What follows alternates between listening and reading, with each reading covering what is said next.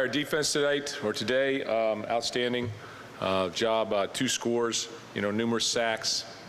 Certainly limited their passing game and their run game effectively. Probably, if you had to say anything, we had a couple penalties and that gave them kept a couple drives going. Other than that, probably you're throwing a shutout. Other than the 3 points they got before halftime, but very excited about that. Got to keep playing. Obviously, offensively, that. We've got to change things up. We've got to try and get something rolling. Not enough points being put on the board. Not enough explosive plays. I think we continue to run the ball okay, but there's got to be a complement to that, and we'll find that, and we'll continue to work it. Special teams missed the 1 field goal. Other than that, I think Mike Sadler was outstanding again, dropping the ball inside the 10. I'm not sure how many times, probably 4, maybe 5, but certainly is a weapon and makes it difficult to go the length of the field. But, win is important. We're 2-0. This is a family. So you don't see any bickering. We've got great chemistry. We don't pit the offense versus the defense and the quarterbacks against the quarterbacks. I think people are pretty selfless in the way they approach things. And just like any family, when one part of that family is struggling, that other aspect of that family is going to come to their support. So we'll line up next week against Youngstown State, try and get it squared away, and move it from there. So I'll take questions. How concerned are you, Mark, that this offense is going to get things figured out fast? Well, of course I'm concerned. Yeah. Yeah. How? On a scale of 1 to 10? If you were the head coach, I'd say it's about an 8. Is that good enough? I'm concerned. We need explosive plays in our offense. And, got a chance to go down the field, get the ball too many times in positions that what I would consider a sudden change, and we're not generating points. We have the 1 turnover on the fumble. We also have a turnover, obviously, on the punt. So, special teams, we have two instances that takes points off the board with 3 and gives them 3. Fortunately for the defense, that we're getting good execution from our punter and from our coverage teams. But I'm concerned, obviously. But as you see, that we're trying to play 3 quarterbacks, trying to generate things. We're playing numerous wideouts. Took the red shirt off of R.J. Shelton as well. We'll expand his role as he moves forward, and we're going to find out. We're going to find out about people, and I don't know any other way to do it other than to play it out, and that's what we're going to do. You give people opportunities. I said earlier in the week, opportunity comes with opposition. And when you have an opportunity to go in there, you better move the ball if you're a quarterback. You better catch the ball if you're a wideout. It's plain and simple. Mark, is the quarterback situation any clearer than it was 9 days ago, and if so, in what way? What have you done? Well, I think it's a little too early to look at that because we haven't seen the film, and I think the film, you have a much better case of exactly what's going on. Did they check out of the play that was called? What did they check to? The different things in the throwing game a little bit. How did they see it? You'll see it clear on the film, but I don't think it's any clearer. We scored 1 touchdown today. I don't think it's any clearer. And I can come in here and be politically correct, or I could just tell you as it is. I think more people would rather hear me tell it as it is. So, we need to generate points. We have opportunities. We're trying to work it. We beat ourselves a couple times. We should have scored on the drive. We got down on the 3 or 4 yard line, and, we've got to get the ball and get it up inside on the option, not on the outside. I don't know what was called wrong. I'm not sure what was happening there. But, we should score or get it inside there and have an opportunity to go for it. But it is what it is. Mark, in your mind, is there a deadline for the quarterback maneuvering, be it Notre Dame or the Big Ten season? No, that's a tough, difficult thing to analyze. You're not going to sit there and say the deadline is here. We have to let it play out. Put Andrew Maxwell back in at the beginning of the second half. I think he deserved that opportunity. When we didn't get a touchdown in the second half, in the third quarter, we went back to Maxwell and we got one. So we'll evaluate everybody's play, what they bring, but the bottom line is we won the football game. The second bottom line is whoever is in positions of leadership, running that football team, has to generate the throw and the catch. We've got to have more passing game than we're having right now, and that's pretty simple. I don't think you have to be an expert to dissect that. Or Dave Warner said that because the traditional running game was working, passing game wasn't as much. That was kind of the reason you went to Maxwell. to start the second half, is it? No, we went to Maxwell because I believe that he gave us the best chance to move the ball down the field because he knows the most about our offense. You know, if our fullback blocks the defensive end, he's got a chance to throw the football. You know, some things just aren't in his control. The fullback got to get himself up underneath that defensive end and make the block. Pure and simple, you know. And we've got to block more effectively at certain times, whether it's not just the offensive lineman, whether it's a tight end or a back or whatever, and give him time to throw it. And quite frankly, didn't have enough time to throw it a couple times. But on the other end of the spectrum, you've got to make things happen. So I don't know any other way to say it. We did not play Damian Terry. I know everybody keeps chanting that out there. He had strep throat this week. Had to check him for mono, and then he popped his thumb out of place, so it was bruised and didn't take any reps all week. So that's why we didn't play him. So if you need an injury report, that's what you got. Okay? But so everybody's on the same page here. We're all on the same page.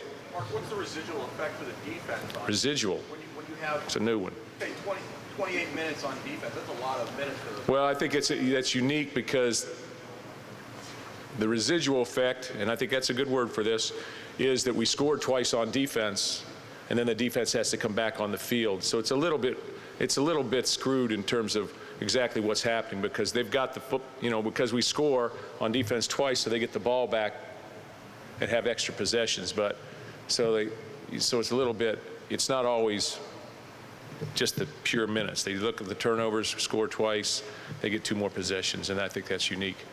It's unique to score 4 times, guys, in 2 games on defense. Coach, you guys are 2-0, and yet there's this extreme sense of urgency with the fan base and the media. What does that say about where the program's at right now? Well, there's a sense of urgency because we want to be the best. I think we have a championship defense. I think we can do things on special teams to a championship level, and we have to raise our performance on offense. Because we're not shooting for 7 and 6. So, but again, I'll go back to what I said initially. We have great chemistry here, we have great family support within our football team, and because of that, we'll get better, we'll push it through, and you know, we just need a spark to ignite the flame. We've got guys who can catch the football. We've got guys who can throw the football.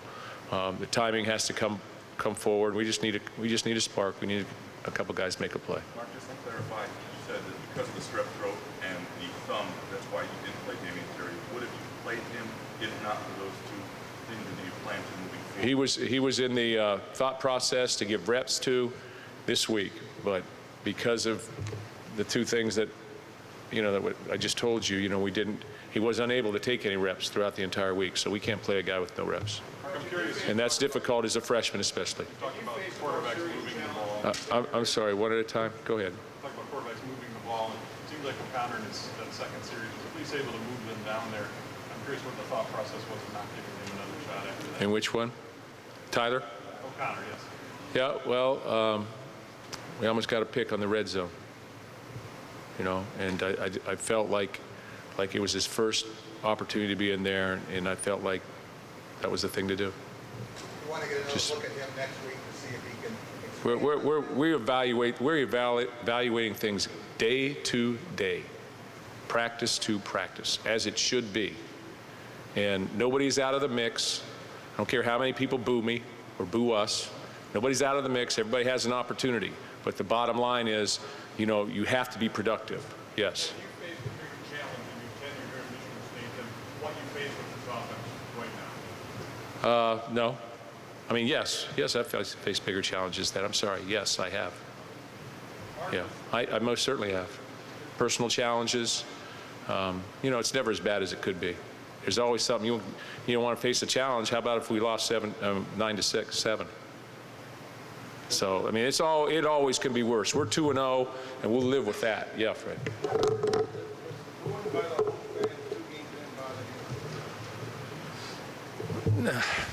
It doesn't bother me. I mean, it doesn't. I wish, I guess, they weren't booing, but you know, I can understand where they're at. You know, so. You know, I'm just trying to stay positive. I think it's important that we stay positive, reinforce our players, and, you know, attack this situation very, what's the word I want to use? You guys are all right? What's the word I want to use? Tactically. Okay. I just think I don't have a good sense of humor. Mark, about just the running game right now? I'm sorry? Just the running game. Evaluate the running game. We're running the football okay. We got to bust it though. We had 2 runs over 20 yards today. I think Langford and I think Riley. But we've got to bust that 40-yarder, 30-yarder. We've got to start coming up with 200-yard rushing games as we move forward. But I do think that we're running the ball okay. I thought we ran the ball okay today. But you can't be one-dimensional.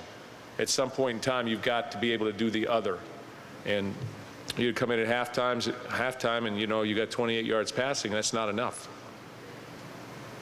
So again, we come up with 3 explosive plays, I believe. Burbage has the one in the second half, which is a great catch, great throw, great catch, and had to go for it on 4th down. So, but we got it. So we end up scoring on that drive. So it's a big decision. It's a big play by Cook and Burbage, and good run to pick up the 1st down.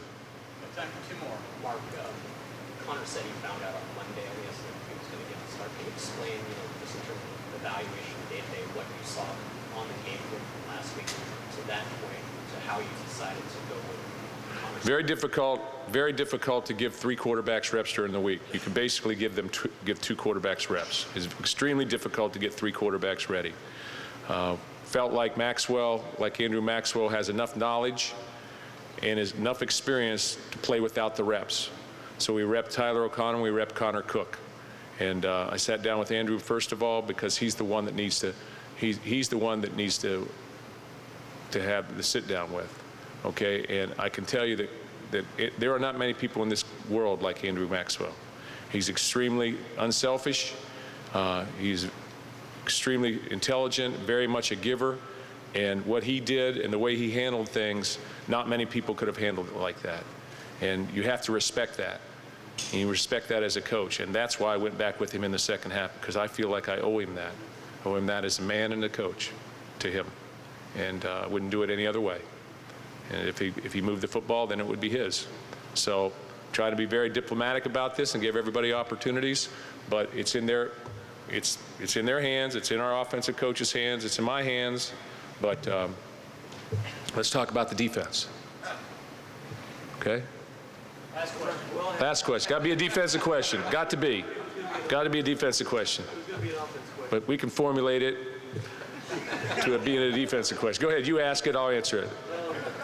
Looks like a different change in approach. More shotgun, not as much under center, not as much power.